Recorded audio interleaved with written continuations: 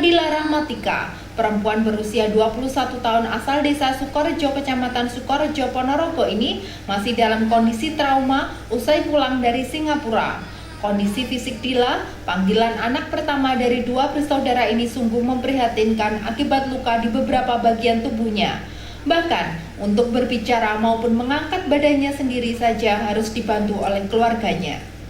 Kondisi trauma yang dialami Dila ini terjadi setelah ia menjadi korban penyiksaan oleh majikannya saat bekerja di Singapura beberapa bulan lalu. Selain mengalami trauma mental, kondisi kesehatan fisik juga mengalami gangguan.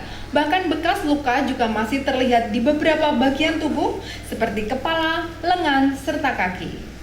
Dengan suara tertatih-tatih, Dila menceritakan kekerasan yang dilakukan oleh majikannya saat ia bekerja sebagai asisten rumah tangga di Singapura tersebut, antara lain dipukul di bagian wajah, kepala dibenturkan ke dinding, disiram menggunakan air keran, lengan disetrika, dan dikurung di dalam kamar mandi tanpa diberi makan. Tidak hanya itu, selama bekerja pada majikan, tidak sepeser pun ia menerima upah. Bahkan majikan juga tidak mengizinkan Fadila berkomunikasi dengan keluarga. Menurut keterangan ibu korban, Fadila berangkat ke Singapura menjadi TKI pada Februari 2016 lalu melalui PT Pancamanah Utama. 2 bulan pertama Dila bekerja pada seorang majikan dan masih bisa berkomunikasi dengan keluarga di rumah. Namun karena suatu hal, Dila akhirnya keluar dan berpindah majikan. Saat itulah komunikasi dengan keluarga putus hingga berbulan-bulan lamanya. Keluarga kaget mendapati anaknya pulang dengan kondisi yang cukup memprihatinkan. Pihak keluarga berharap pemerintah membantu menyelesaikan kasus yang menimpa Dila ini, termasuk mengupayakan kesembuhan dan hak keadilan atas perlakuan yang menyebabkan trauma berat yang dialami pahlawan devisa ini. Kekerasan yang dialami Mbak Fadila selama di sana itu apa aja? Wah, kan kula niki kaget kok. Nggih. Apa kowe? Dipukul. Dikaplok niki dikaplok. Dijentusne. Lah niki mlocot anu buwos sedaya. Kene didi niku masyaallah.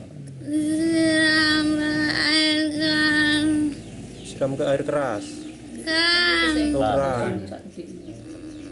Air keras niku niku tangane niku. Terus nggak diberi makan itu berapa hari itu? Damel sarung tangan bareng.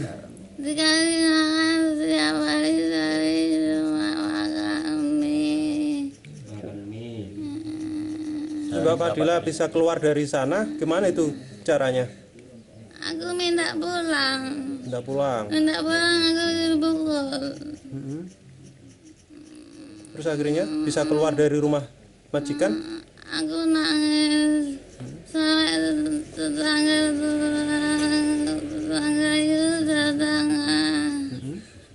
Bu, Mbak Fadila ini sudah berapa lama Bu di Singapura itu? 10 bulan. 10 bulan. Iya. Selama 10 bulan itu apa berhubungan dengan keluarga sih? Hubungan sama keluarga cuma 2 kali, tapi di majikan yang pertama waktu di sana 1,5 bulan. Dikasih waktu cuma 10 menit. 10 menit. Iya, tapi majikan yang pertama itu orang baik. Waktu ulang tahun tanggal 19 Februari itu katanya dibeliin roti gitu. Terus dia pindah, saya nggak tahu karena yang majikan pertama itu orangnya kan baik, tapi ada anjingnya, dia takut. Tapi segitu dia pindah majikan, tapi nggak ada kabar sama sekali. Tahu-tahu udah pulang dikabarin di tanggal 27 November. Jadi Di Batam. selama ikut majikan yang kedua ini nggak pernah kasih kabar? Nggak sama sekali. Soalnya HP kan nggak dikasih, nggak megang. Jadi tahu-tahu sudah pulang seperti Iya, ini? itu dikasih tahu sama PL-nya ke sini hari Minggu tanggal 10. Hari Minggu jam 10 tanggal 27 November. Ya, terus kekerasan apa aja Bu yang diterima Mbak Fadila ini? Katanya dikaplokin, nggak dikasih makan, terus dikunci di kamar mandi, terus itu setrikaan kayak gitu nggak tahu saya mah.